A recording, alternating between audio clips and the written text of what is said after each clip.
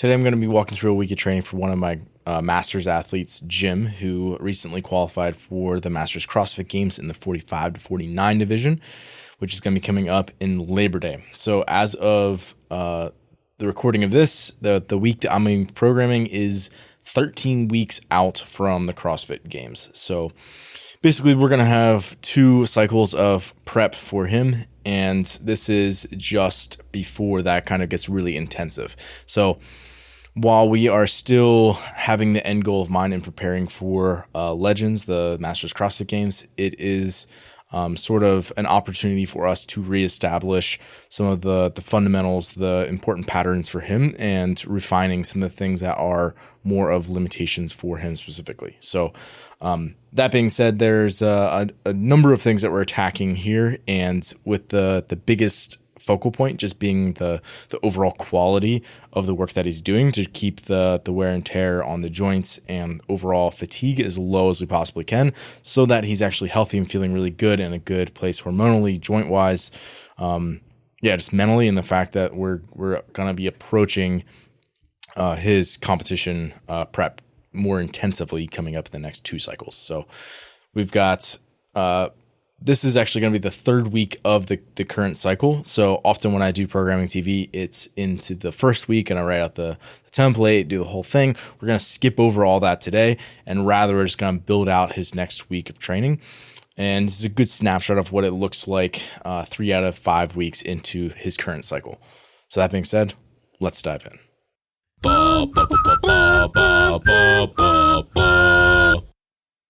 So to start off his Monday, we are doing a run build. So this is really an opportunity for him to get some tolerance of the run pattern, because we have not been doing a lot of running touches here and there, but really not extensively. And while all the workouts are probably going to be in the convention center in Birmingham, there is, I would say, a fair chance that CrossFit and the resources they have will encourage Legends to test running. I think that would be something that Adrian Bosman would be pretty heavy-handed about. And I would say, as long as I understand that it's either a big venue where there's an opportunity to like run around the different stages, or potentially just have air runners. And I think that probably air runners is the most likely case. However, I could be wrong. Either way, I think that's a helpful quality to have, and obviously has a lot of benefits to it. So we have the run build. We actually had him recently test his 5K, and then this is supposed to be lower work. That's again just designed to build that tolerance. So the main bulk of the session here, 5 rounds, 20 minutes total, 2 minutes running at his 5K time trial pace, and then 2 minutes walking at a brisk pace, nasal only. So he's going to be doing that on the air runner. And then the other piece of this, I wanted to get a little bit of burpee. Maybe I wouldn't necessarily call it density, but more so like burpee practice that will lead into burpee density probably in like the next cycle or 2. And that is every 2 minutes times 4 sets, 7 bar facing burpees. That's supposed to be at like a methodical or relaxed pace that's more sustainable. And then immediately into 7 bar facing burpees as fast as possible. So 4 times through that, 7 at methodical pace, 7 as fast as possible.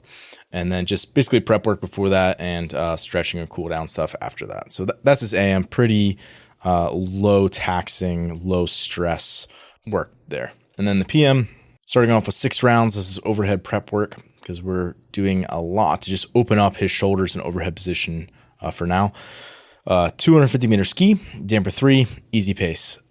5 second stop, 5 second stop, 5 seconds of an elevated cat pose, end range isometrics with fingers interlocked. So basically, putting the fingers together like you'd be praying, so that way that the biceps is along the ear. That's mimicking like a single arm overhead position, something that you would need for like a kettlebell snatch, for a dumbbell overhead squat, for a rope climb, all those movements where you're having the bicep along the ear. So that's why it biases that way. And then basically you're doing cycles of contract, relax, where you're opening or closing the joint, pails and rails there. And then 5 kettlebell Z press, so seated on the ground, pressing the kettlebell, 15 per hand. So light, but then you're having a 1 second pause at the top. 5 pausing tabletop glute bridge, again, just to get a little bit of shoulder extension work and activation. 5 strict presses with the empty bar with a pause overhead, and then 4 neck circles, because he's getting inverted, and I find that that's often helpful to have that in there. Then we move into the first piece, which is this is like handstand skill work stuff. So this is complementary patterns, not much interference. He's got a 15-minute clock, and I word it that way just because it's not an AMRAP. It's supposed to be quality focused.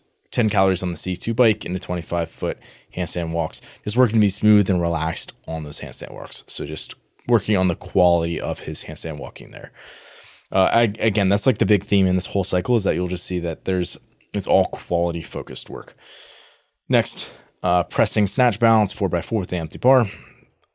And then SOTS press with heels elevated just to make that a little bit easier, but still challenge the movement, the pattern. Squat snatches 5.1.1.1. So cluster sets. So basically drop and reset each one of those singles. And then you got your first 3 sets at 135, the next 2 at 155. His max is, I believe, 215. So on the lighter side there. Again, just kind of drilling the positions to make sure that we're having the correct patterns when we go to load that a little heavier next cycle.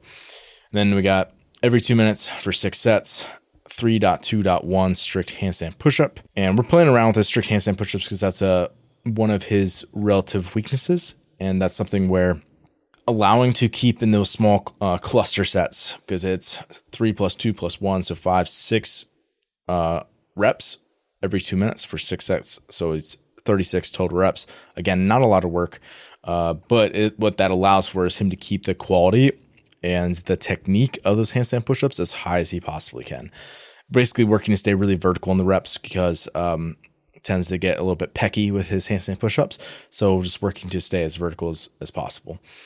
And then parallel dips, 4x10, and then just some stretching mobility work after that as well. So again, in the grand scheme of things, not a terribly draining session, not a lot of metcons or anything like that. The next morning, we have basically a blended cyclical build. So this is more directed towards cardiac system and just keeping things as aerobic as possible. So joint rotations, warm up, and then the bulk of it is a 27-minute EMOM. Minute 1 will be 40 seconds on the air bike. Minute 2 will be 40 seconds on the ski. Minute 3 will be 40 seconds on the rower. And this whole thing is meant to be from minutes 1 to 9 at a 60% effort. So that should be roughly around zone 2. At this point, I'm not sure if he has a heart rate monitor yet or not. We had talked about it, but I'm not sure if he got it yet. That's why I give him both options. And then for minutes 10 to 21, 70% effort, or zone 3. Again, still pretty moderate. And then finally, minutes 22 through 27 at a 90% or hard effort. So really, it's all just sort of building up to those last 2 cycles where the last 2 times through is really where all the bulk of the stress is actually coming in. And then again, some mobility work after that. And then the PM, his PMs tend to be a little bit more robust, as you'll see, whereas like the AMs more just like kind of move around, get a little bit of a sweat in, work on some of like more of the aerobic qualities. And that's just based on like what he said, typically where he's feeling best. Okay, 15-minute choice cyclical, rotating machines as you see fit. Again, just basically that's essentially zone work, but varying the patterns based on what is feeling fresh or what he feels like doing. And then every 2 minutes for 8 sets, we have 3 box jump step downs to 30 inches from seated on a bench, 20-second saddle pose, 20 seconds of 99 hip rotations, 20 seconds of a squatting groin stretch, and 6 barbell front rack rotations. Again, prep work. B1, clean pull under, 3x3 at 65 pounds. Again, just kind of positional work, technique work for the clean. T-spine opener, supinated tuck, hold, hang, and thrusters with the full hand on the bar. Again, all this stuff is just focal points for him based on his unique limitations.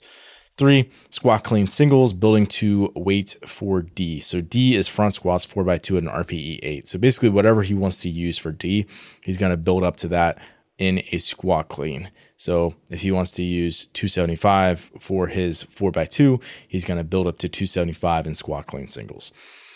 And then E, 2 sets, resting 10 minutes between. So it's a nice long rest that is going to allow for high effort work. And then you have 4 time at a high effort, 15 calorie air bike, 8 bar muscle ups, and a 40-foot lunge with 70 pounds per hand. And that is a dumbbell lunge.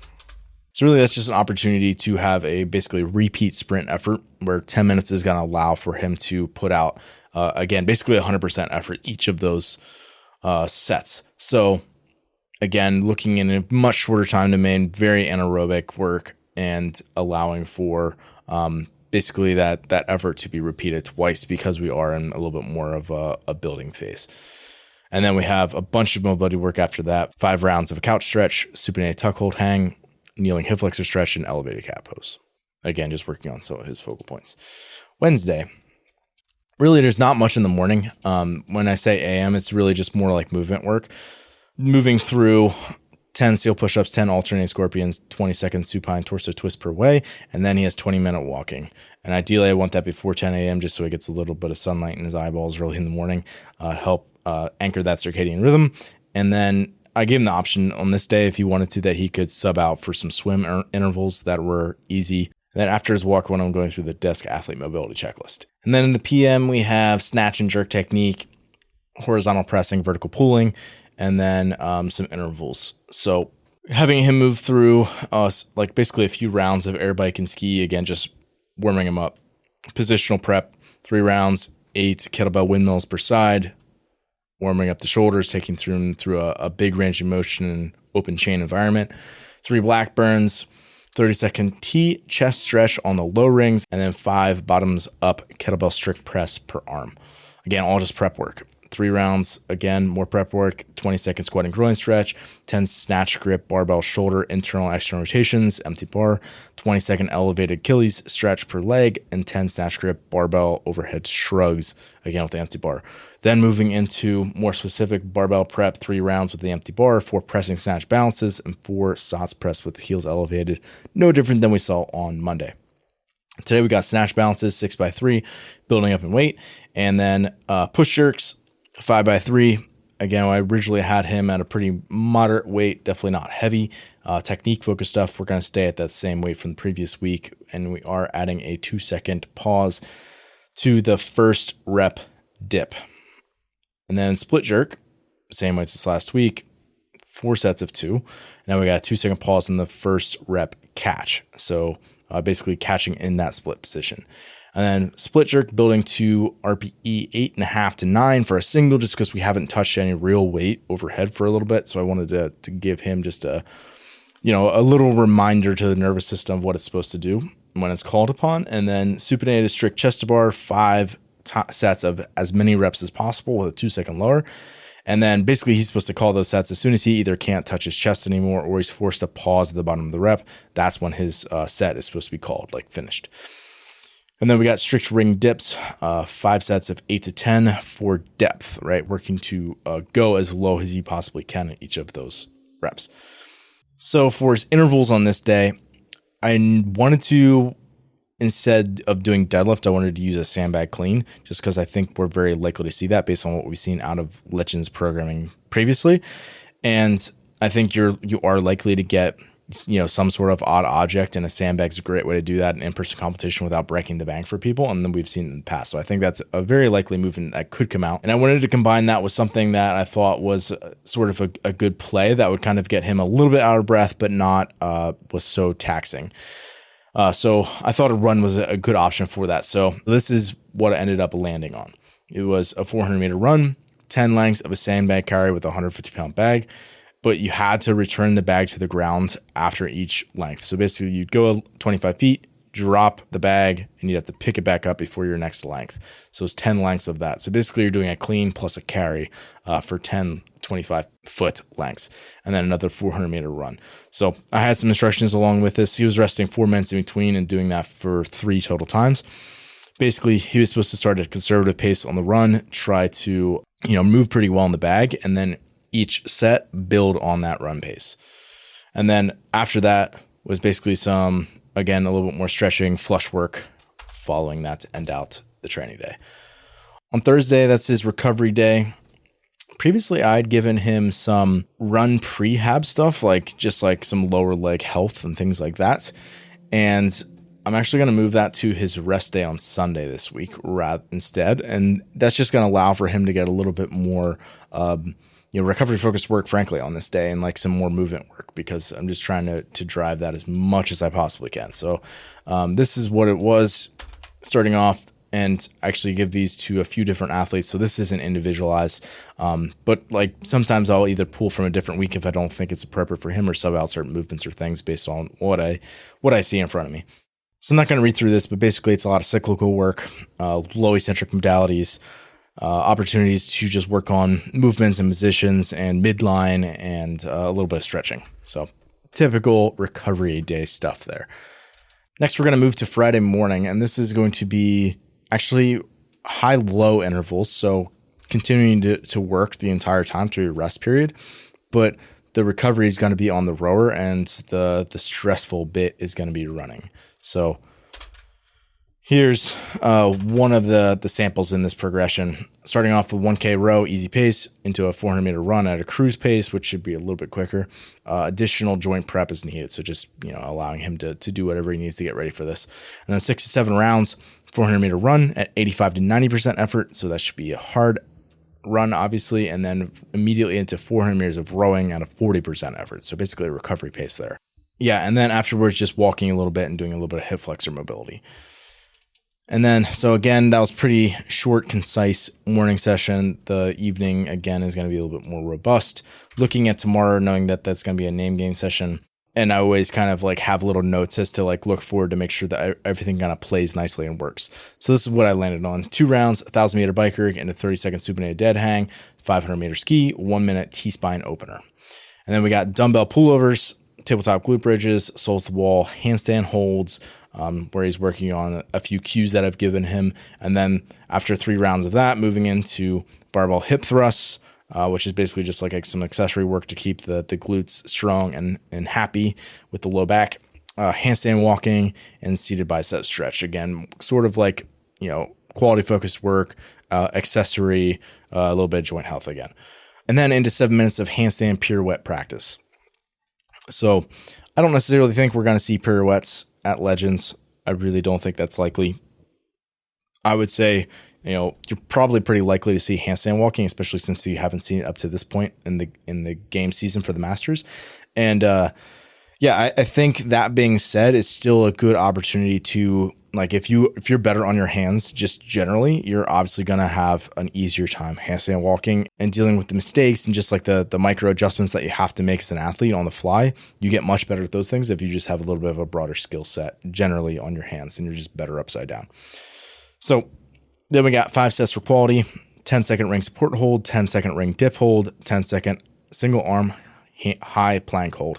And really for him, that was just more like straight arm pressing, just working on that lockout and just being like relaxed and tying that in through the core is like an important skill. That's really having him focus on that final bit of that elbow extension, because it's easy for people to get a little bit soft elbows and lockouts, soft elbows and handstand walking and skills like that. So it's again an opportunity for him in a low skill environment to continue to work on that. And then we got 10 seconds of a finger facing wrist stretch. And then 5 sets, 8 scap handstand push-ups, 8 dumbbell lateral raises all the way overhead with 15-pound dumbbells per hand, and then 8 dumbbell bench press at 60 a hand with the feet up. That just kind of encourages a little bit more of a hollow body position. And again, not less pec, but having it will be the torso actually be flat on the bench versus like in an arch position where you can almost make it like a little bit of like a decline bench almost if you kind of game it. And I didn't want that.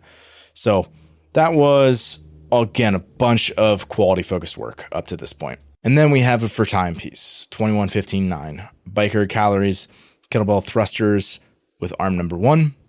Bike erg calories, kettlebell thrusters with arm number 2. So you're doing 21 cows, 21 thrusters with the first arm, 21 cows, 21 thrusters with the second arm, and then moving through that in that sequence. And it is with a lighter weight. So it's 35-pound kettlebell. So relative to his ability level and what you're typically going to see, it's a little bit lighter, but that just allows for you to kind of keep the pedal down the entire time, which is really the goal there. And then just some flush mobility work.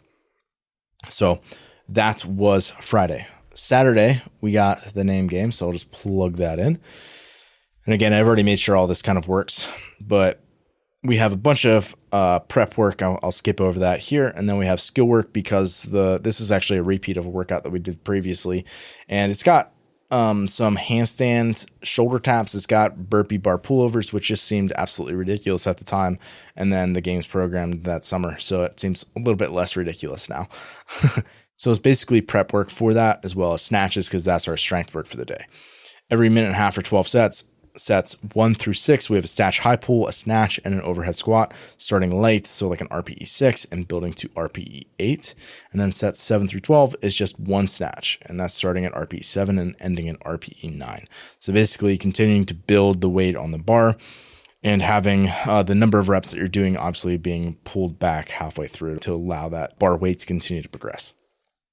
And then we have a rehearsal into the workout, which is tap dance. Again, I kind of mentioned this already, but it's basically rowing, burpee bar pullovers, and handstand shoulder taps in a box.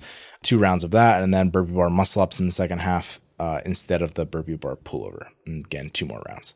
And then we have some quality focused work once again. Rope climbs, parallel handstand push-ups. This is supposed to be 4 to 6 rounds. Again, just working on the quality of the movement. 2 rope climbs, 4 parallel handstand push-ups. And then extra credit, which he should get to, I believe. And I kind of worded that way because it's a lot of time, frankly, just to get to that point in the session. And especially for some athletes who don't have, well, no one does, but some athletes are a little bit more crunched on time, especially on the weekends. And that allows them to feel like they're still successful in getting all the work in. But also sometimes, depending on what the workout was before that, especially if it was a name game workout that's already really draining, I'm going to give a little bit more of extra credit option, because that way if people feel beat up at that point in the weekend, they can just call it and move on and again, feel like they're ending on a win. And if they feel like they got a little bit extra in the tank, or they just want to overreach a little bit, and for most of them, they're going into a rest day on Sunday anyway. So I'm perfectly okay with that. 4 sets at high effort, 30 calorie row, rest 3 minutes between, and then just some flesh and mobility work. Then finally, we got a rest day on Sunday, but we're going to add in our run prehab work. So a bunch of boring stuff here. We got ankle cars, calf raises, calf stretching, tib raises, single leg calf raises, reaching balance drills. We got single leg hops, curled seiza sit raises, right? Basically a bunch of ankle, foot stability, mobility type drills, and things that are going to help you feel really good. And then finally building up to a empty bar overhead squat, 4 sets of 4, 2 to 3 minutes of mobility before each set to keep you feeling really good. And then some breath work after that. There you have it. That was a week. And while there was a lot there, a lot of it is just really high quality focused work. There's not a lot of high effort pieces throughout the week. There's not a lot of maximal strength work throughout the week. It is truly more of a foundational phase, and it allows somebody to stay, especially as like a master's athlete, allows them to stay hungry, frankly, right? Whereas it's a little bit easy as any athlete, as you start to feel a little bit more tired, a little bit more beat up, to just not feel like you're ready to grind when the time actually is appropriate for you to do that when it's competition prep. So the goal is always to get to your competition and feel good. But in order to do that, you first have to get to competition prep and feel good. And that's really the biggest thing here, is like you want to keep improving the things that are the most important to you while getting to your competition prep and feeling like you can actually put the pedal down and start to really train more intensively. And having opportunities throughout your year where you kind of take a little bit of a step back, let's call it, in order for you to really be able to push later on is really important. And doing it then that in a way where it's not just rest, or not just like really easy stuff that doesn't translate really well, or that actually kind of reverses your tolerance to certain movements. You want to continue to build the volume throughout the entirety of the week in a way that is still encouraging your best movement quality and allowing you to ultimately feel really good when you get to the place where you want to do that intensive training.